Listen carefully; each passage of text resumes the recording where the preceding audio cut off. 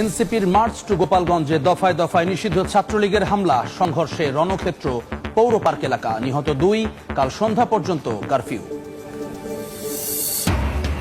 হামলায় দমানো যাবে না এনসিপিকে, জবাব দেওয়ার হুঁশিয়ারি নেতাদের।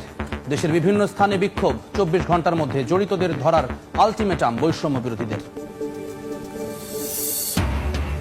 এনসিপির কর্মসূচিতে হামলার ঘটনায় মির্জা ফখরুলের উদ্বেগ, দুষ্কৃতিকারীদের কঠোরভাবে দমনের আহ্বান, স্বৈরতন্ত্র কায়েমের চেষ্টা মেনে নেয়ার ঘোষণা বিএনপি নেতাদের। গোপালগঞ্জের সহিংসতায় জড়িতদের বিরুদ্ধে নেওয়া হবে ব্যবস্থা, অন্তর্বর্তী সরকারের বিবৃতি। গাফিলতির প্রমাণ পেলে ছাড় দেয়া হবে না প্রশাসনকেও, হুঁশিয়ারি উপদেষ্টা রিজওয়ানার। এবং জুলাই শহীদ দিবসে সারা দেশে রাষ্ট্রীয় শোক পালন, আবু সাঈদ এবং ওয়াসিমকে নানা আয়োজনে স্মরণ, অন্তর্বর্তী সরকারের